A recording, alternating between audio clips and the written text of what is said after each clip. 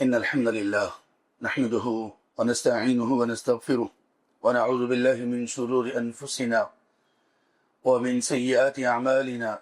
من يهده الله فلا مضل له ومن يضلل فلا هادي له، وأشهد أن لا إله إلا الله وحده لا شريك له، وأشهد أن محمدا عبده ورسوله.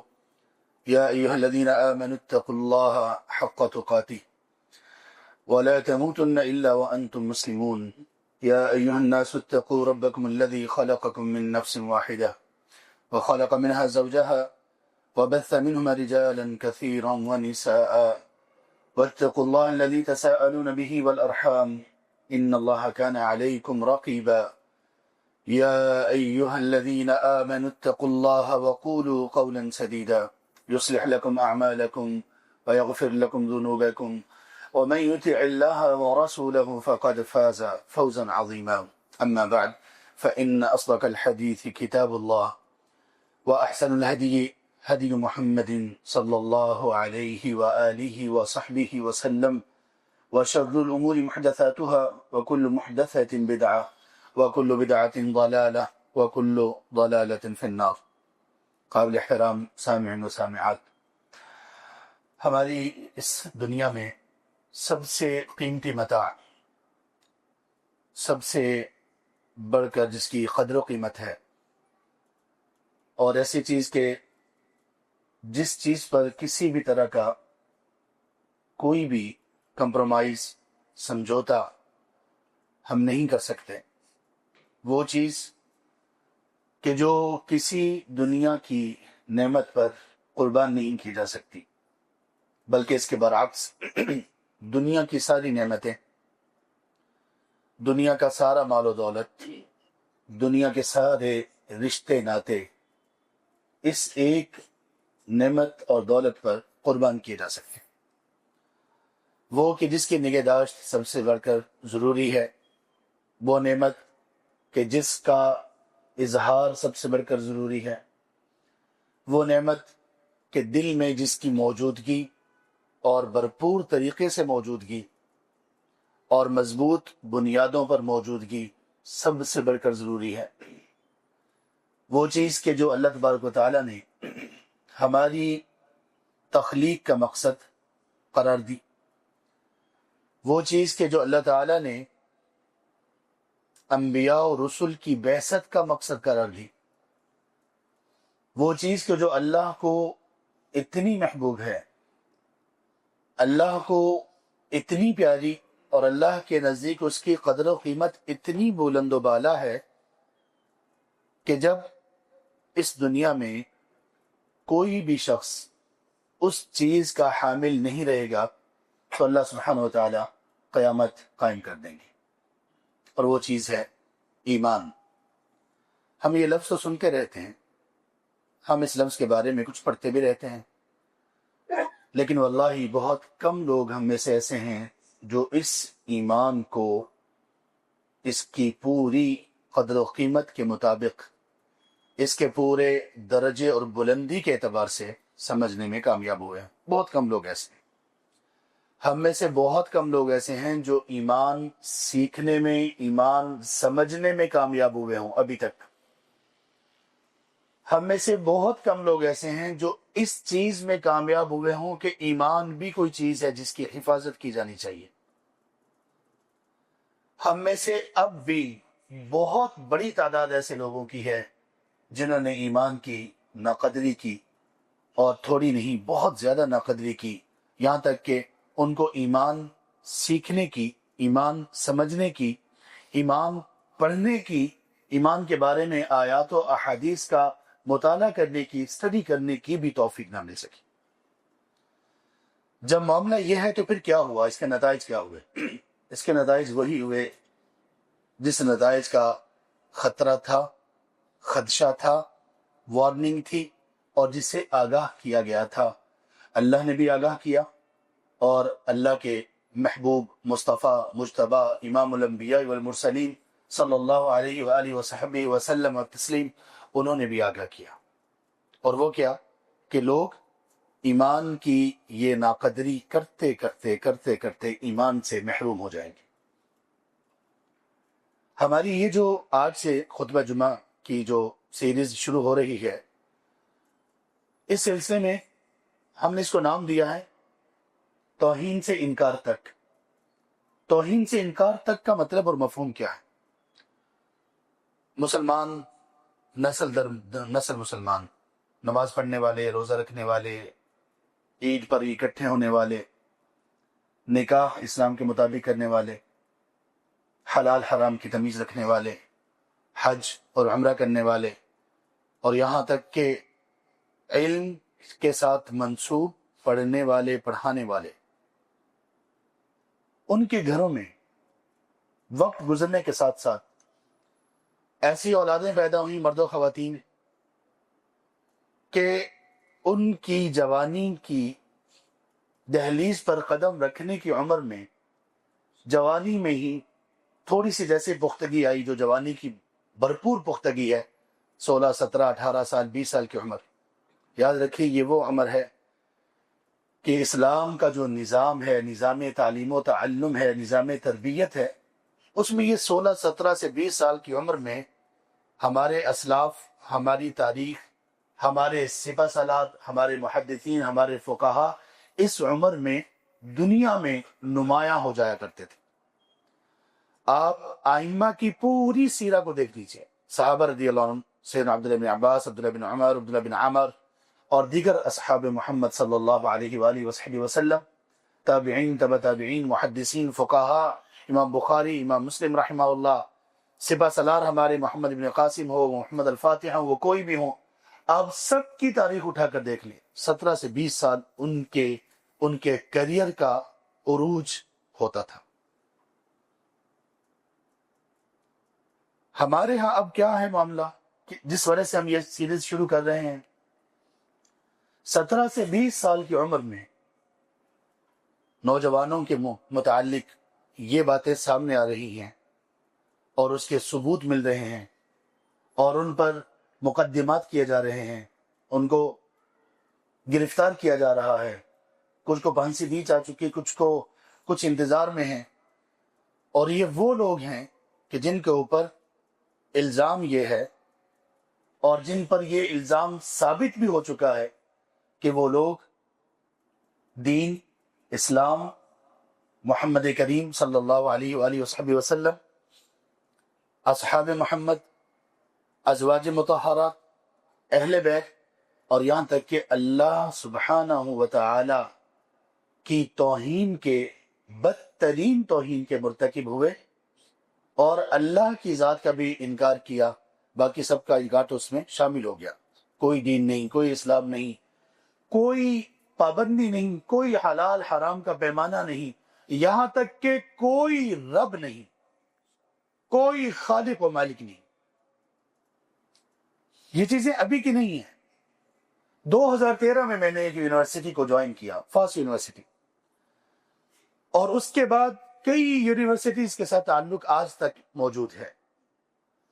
اپنی اس یونیورسٹی میں 5 سالوں میں ایسے لوگ دیکھے جو ایسے عہدوں پر بھی فائز تھے، جو ٹیچرز بھی تھے، جو اسٹوڈنٹس بھی تھے، کہ جن لوگوں کا واضح طور پر ایجنڈا سب کو معلوم تھا، وہ یہ تھا کہ لوگوں کو صرف دین سے متنفر نہیں کرنا، بلکہ دین کے اس حصے سے متنفر کرنا جو ایمان سے متعلق ہے، اور اس حصے میں سب سے بنیادی چیز اور سب سے بنیادی ان کی ضرب اس بات پر ہوتی تھی، اللہ تبارک و تعالیٰ کے وجود کی کیا دلیل ہے؟ کہاں ہے اللہ؟ انکار، شکوک و شبہات کی بنیاد ان بچوں میں رکھنا جن کی عمریں کتنی ہیں؟ وہ بالکل وہی 18 سال، 18 سے 20 سال، 22 سال۔ ایک ٹیچر ہے، پڑھا رہا ہے کلاس میں، شک اور شبہ کیسے پیدا کر رہا ہے کہ دیکھو تم لوگ کہتے ہو جنت میں سب کچھ ملے گا، ہر بندے کو ہر چیز ملے گی، ہم یہ کہتے ہیں کہ اگر جنت میں کسی کا میچ ہو جائے، کرکٹ میچ ہو گیا جنت میں، تو اس میں ایک ٹیم جیتے گی، وہ تو چلے ٹھیک ہے، جنت ہے، جیت اس کی ہے، ظاہر ہے کہ ایک جیتے گی ایک ہارے گی، جو ہارے گی تو پھر جنت میں ہار کیسی؟ یہ کون سی جنت ہے جس میں ہار ہوتی ہے؟ اس طرح سے لوگوں کے دلوں میں شبہات، سادہ سا ایسے جتنے بھی شبہات ہیں، یہ شبہات ہیں، ڈاؤٹس ہیں. ہمارے پاس کیا ہیں؟ بینات، آیات، براہین، الفرقان، الحق، المبین. ان سب شبہات کے بڑے معمولی، بڑے سمپل اور سادہ سے جوابات ہیں. اس شخص سے بڑھ کر کوئی بھی بے عقل نہیں ہوگا جو اس زمین کے قوانین کو اس زمین کے انویلپ کے اوپر فضا میں لاگو کرنے کی کوشش کرے گا. اس سے بڑھ کر کوئی احمق اور بے وقوف نہیں ہو سکتا. یا تو وہ انتہا درجے کا جاہل ہے یا سرکش ہے. جب اس دنیا میں کچھ فاصلے پر قوانین اتنے چینج ہو جاتے ہیں تو وہ دنیا، وہ آخرت کے جس کے بارے میں اللہ سبحانہ وتعالیٰ نے یہ کہا کہ تمہاری سوچ کے گھوڑے، تمہاری تصوراتی تخیلاتی قوت، اس میں اتنی طاقت نہیں کہ اس جنت کا ادراک کر سکے. ہم اس کو اس دنیا کے قوانین کے مطابق لیتے ہیں. میچ ہوگا، ایک ہارے گا تو دوسرا آئے گا تو کیا بنے گا. قبر کے سلسلے میں لوگوں نے کہا قبر ہمارے سامنے ہوتی ہے، کون سی قبر، کون سا عذاب، کون سی جنت، کون سی جہنم، کچھ بھی نہیں ہے. یہ سب ڈاؤٹس ہیں. ماں کے پیٹ میں، ماں کے پیٹ سے باہر آنے کے بعد ماں کے پیٹ میں بھی بندے کی زندگی ہے، ماں کے پیٹ کے باہر بھی بندے کی زندگی ہے، لیکن دونوں کے قوانین کتنے مختلف. ہماری آنکھیں اس دنیا میں جب بند ہوں گی تو تب آنکھیں جو کھلیں گی تو وہ سب کچھ مختلف ہیں. یہ ڈومین مختلف، وہ ڈومین مختلف. ایک ڈومین سے دوسری ڈومین کی باتیں کرنا حماقت اور جہالت. یہ ساتھ ہی اس شبہ کا جواب اس لیے دے دیا، کبھی کبھی شبہ ذکر کیا جاتا ہے تو شبہ دل میں برقرار ہو جاتا ہے. اللہ رحم کرے. آپ لوگوں کو میں بتانا یہ چاہ رہا ہوں، جناب محترم والدین، مائیں یہاں پر موجود ہیں، باپ یہاں پر موجود ہیں، بھائی موجود ہیں، نوجوان موجود ہیں. آپ نے کبھی اپنے ایمان کی فکر کی؟ آپ کو پتہ ہے کیا چل رہا ہے؟ یہ جو ساری چیزیں ہیں یہ بلاسفیمی، بدترین بلاسفیمی، بدترین توہین انبیاء اور رسول کی نہیں، اللہ سبحانہ و تعالیٰ کی توہین. کہ زبان بیان کرتے ہوئے ساتھ چھوڑ دے، الفاظ نہ ملے کہ کس طرح اس کفر کو نقل کیا جائے، کس بدترین درجے کی یہ سازشیں اور یہ الحاد کا وہ بدترین درجہ جس کو شہوات کے ساتھ، بےہودگی کے ساتھ، پورنوگرافی کے ساتھ اور اس طرح کے بےہودہ مواد کے ساتھ ملا کر اتنی شدت اور قوت سے حملہ کیا گیا. اور یہ اب سے نہیں ہے، 2006-7 یہاں سے یہ شروع تھا کام. آہستہ آہستہ چیزیں چل رہی تھی. LGBTQs، اس کے سارے معاملات یہاں پہ چل رہے تھے. یہ تو اللہ کا شکر ہے کہ کچھ ابھی بھی ایسے لوگ ہیں جن کے پاس آپس کے جھگڑوں کے لیے، آپس کے جھگڑوں سے فرصت میں، آپس میں ایک دوسرے کو اسلام سے خارج کرنے کے علاوہ، آپس میں ایک دوسروں پر فتوے لگانے کے علاوہ، اپنی پاکیزگی اور تزکیہ نفس کے علاوہ ان لوگوں کے پاس کچھ وقت تھا. وہ لوگ ان لوگوں کی راہ میں رکاوٹ بنے، دیوار بنے، اس فحاشی کے لیے، اس فحاشی کے رد میں کھڑے ہوئے تو ان لوگوں کی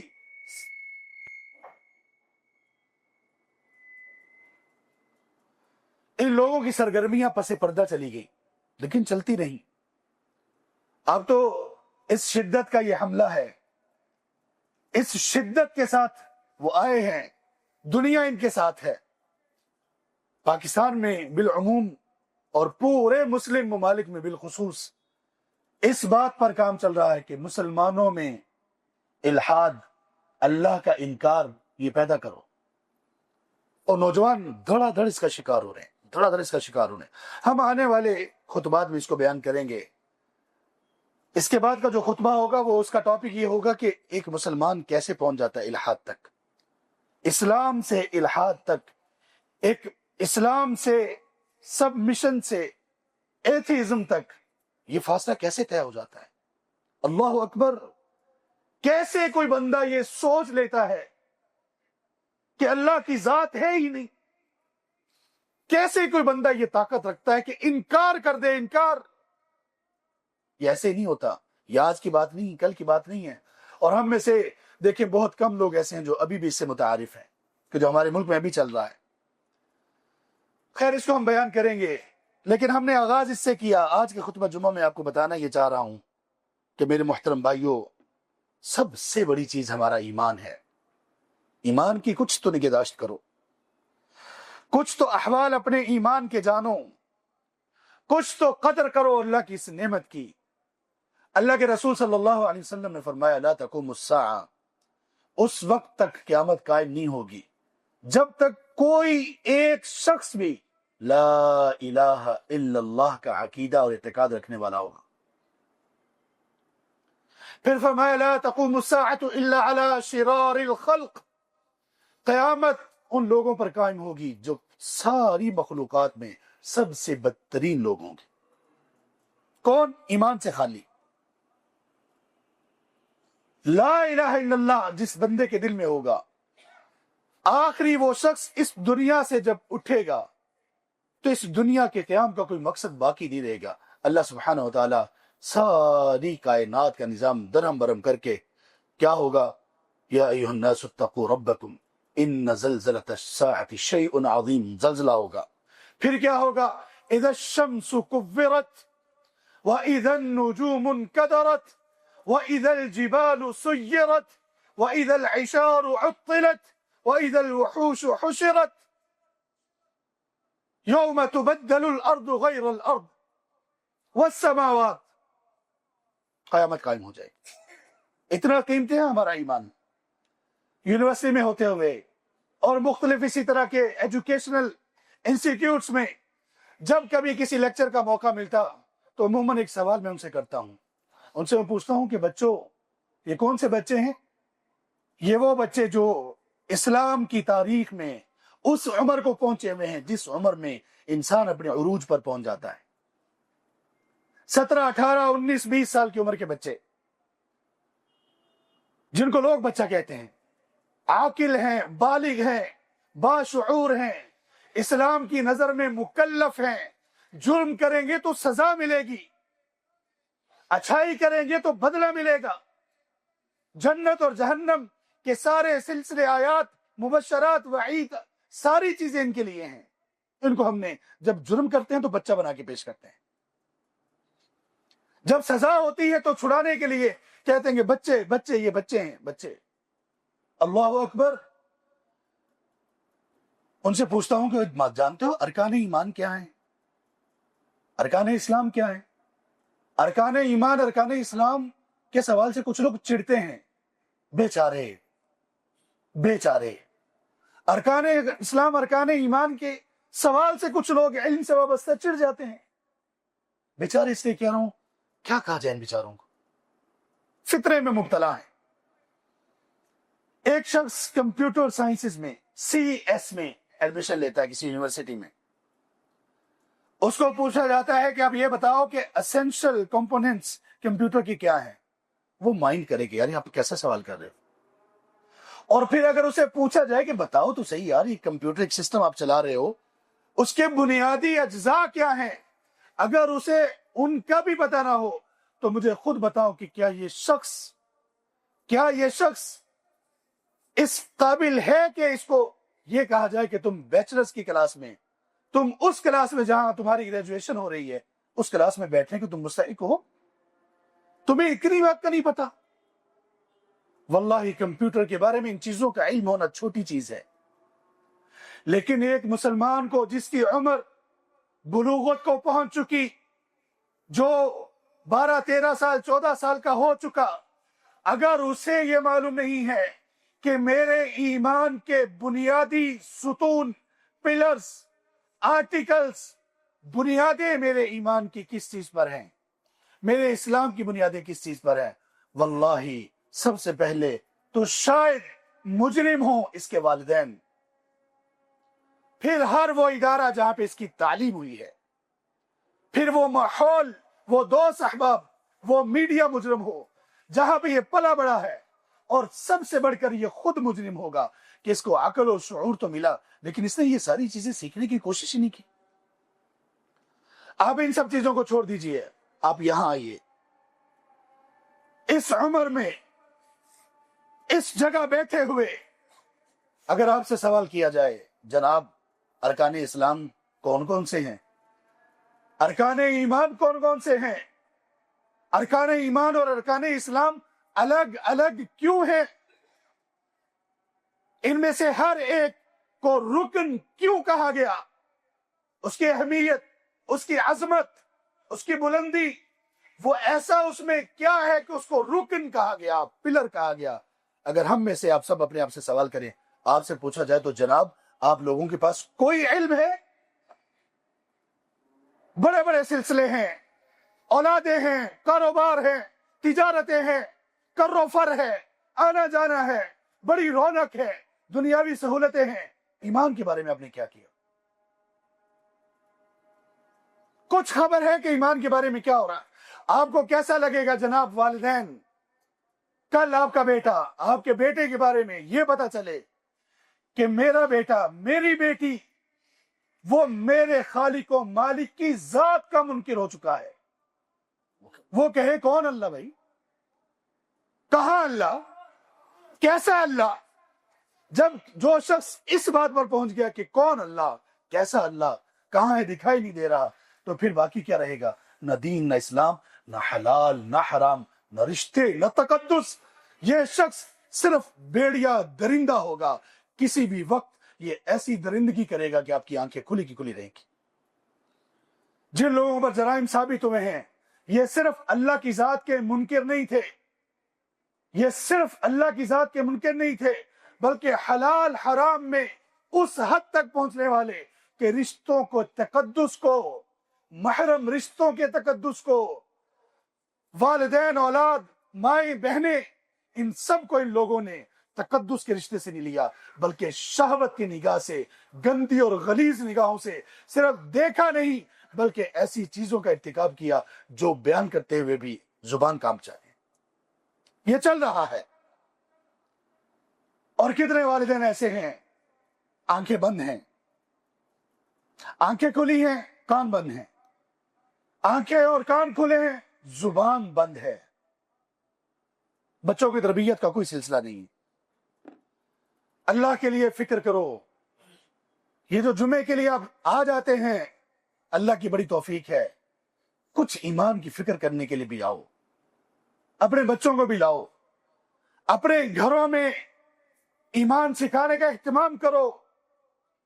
ہم لوگ آپ کی خدمت کریں گے، ہم لوگ آپ کے پاس معلم بھیجیں گے، کم از کم اپنے خاندان کو، اپنے محلے والوں کو، اپنے ساتھ ہمسائے والوں کو ان کو بتاؤ تو صحیح، سکھانے کی کوشش تو کرو کہ ایمان کیا ہے، ایمان اتنا ہم کیوں ہے، صبح شام ہمیں ایمان ایمان ایمان کی تعلیم کیوں دی جا رہی ہے؟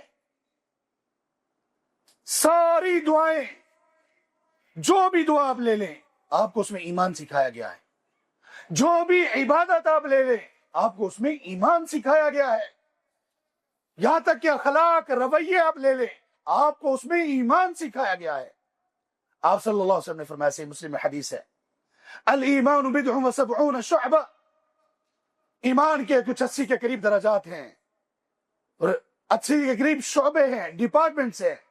سب سے افضل ایمان کا شعبہ لا الہ الا اللہ۔ کیا مطلب؟ لا الہ الا اللہ کا پورا علم۔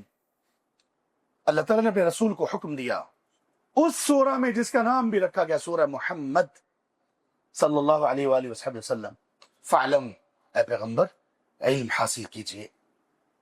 کس رب کا، کس چیز کا علم؟ انہو، وہ علم یہ لا الہ، فعلم انہو لا الہ الا ہو۔ اے پیغمبر اس بات کا علم حاصل کیجئے، آپ خود اس بات کا علم حاصل کیجئے، لوگوں کو بھی سکھائیے کہ اللہ کے سوا عبادت کے لائق نہیں ہے۔ اس لا الہ الا اللہ کا پورا معنی اور مفہوم کیا ہے، اس کے تقاضے کیا ہیں، اس کی ڈیمانڈز کیا ہیں، اس کی شروط کیا ہیں، یہ لا الہ الا اللہ پڑھنے والا، دل میں رکھنے والا شخص اس کو کیسا ہونا چاہیے؟ ابو جہل نے کیوں انکار کیا لا الہ الا اللہ پڑھنے سے؟ سمجھتا تھا اگر ہماری طرح کا ہوتا تو وہ کہتا اوکے کوئی مسئلہ نہیں ہے، پڑھ لیتا۔ آپ نے فرمایا ایمان کا سب سے بڑا درجہ لا الہ الا اللہ، اور ایمان کا سب سے چھوٹا درجہ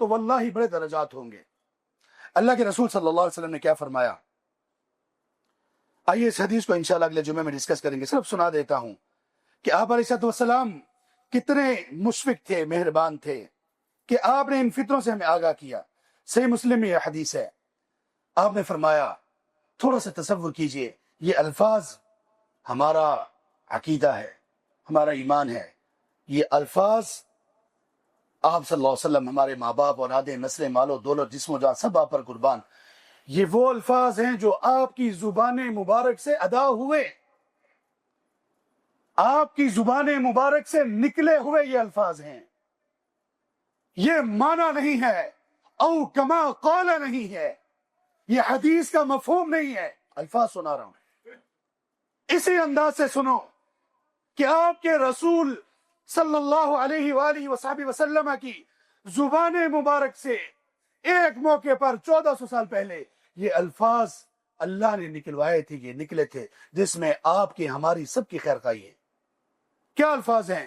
دلوں کو جھکا لو، عاجزی انکساری سے سنو، دلوں میں نقش کر لو، اور عمل کے لیے کہہ اٹھو کہ ہمارے رسول پر، ہمارے رسول کے ہر فرمان پر میں قربان، میری ساری دنیا قربان۔ آپ نے فرمایا بادروا بالاعمال فتنا، لوگوں اعمال صالحہ کی پابندی کرو، اعمال صالحہ میں آگے بڑھنے میں جلدی کرو۔